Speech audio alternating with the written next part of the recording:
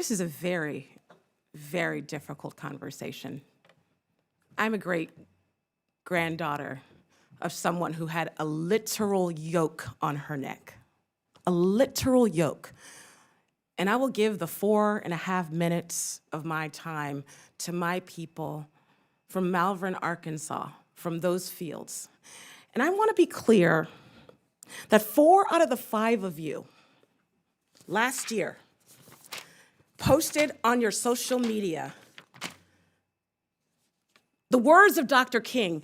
And there are so few folks who actually have studied, who are clear on the theology of freedom of King. Very few of you have read and studied and have sat in Ebenezer Baptist Church, so I would ask you, you keep Dr. King's name out of your mouth. If you, like me and the many scholars who will be watching, studied King, you know that he and the mothers and the fathers of the civil rights movement and of the movement for emancipation not only would be struck by the conversations in this room, but would be shattered by the consequence of lies, of hatred, of abuse of this administration in the name of folks who worked to make this country more free. Children of Abraham, for real. I want to be clear for the young people that are listening today here in this audience, this conversation is not about an acronym. It's just not. It's just not. This is a conversation. It's an attack. It's an attack on what you see right here. Now, see, who's on this side of the dais? This was never the plan.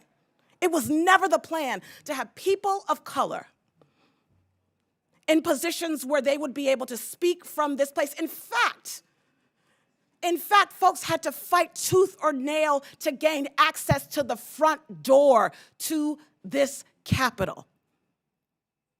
I want to be very clear about that. Today's hearing says quietly and actually out loud who the majority believe is allowed to belong in this country.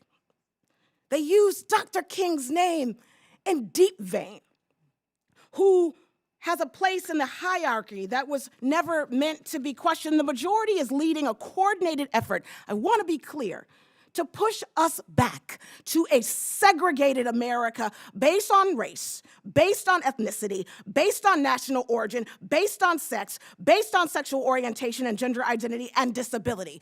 Inclusion, as a disabled woman, they have been very, very clear, including folks who look different than the standardized white man in this country, folks who are disabled, folks who love differently. Those folks should not be at the center of power. That's the plan.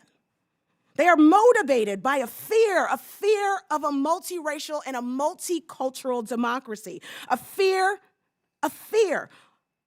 that freedom of co-equal citizens living as their authentic selves with pride and they have a fear of accountability. We must name this conversation today for what it truly is. It is a bigotry. It is a hypocrisy. Republicans, like I said before, will quote Dr. King all day, will bring forth Lincoln, and will talk about Frederick Douglass in the same breath that they are gutting civil rights offices in our governments, in the same breath where they seek to ban AP African American Studies that tells the true story of this country. It ain't just one story, it is a complete story.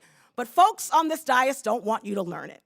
The hypocrisy from the Republicans is not only shameful, it is anti-American. President Trump and others have purged more than 275,000 federal workers through mass terminations and unlawful firings, while, check this out, preparing draft hiring guidance that would screen job applicants for political loyalty to the administration rather than the Constitution. The Trump administration put 500,000 qualified federal workers with disabilities, jobs at risk. Half of those are veterans. The Trump administration has forced out transgender service members who have served their country with loyalty and love while elevating dangerously unqualified news anchors to lead our nation's Defense Department. The Trump administration rewards loyalty over expertise, obedience over justice. These attacks are central to a broader agenda.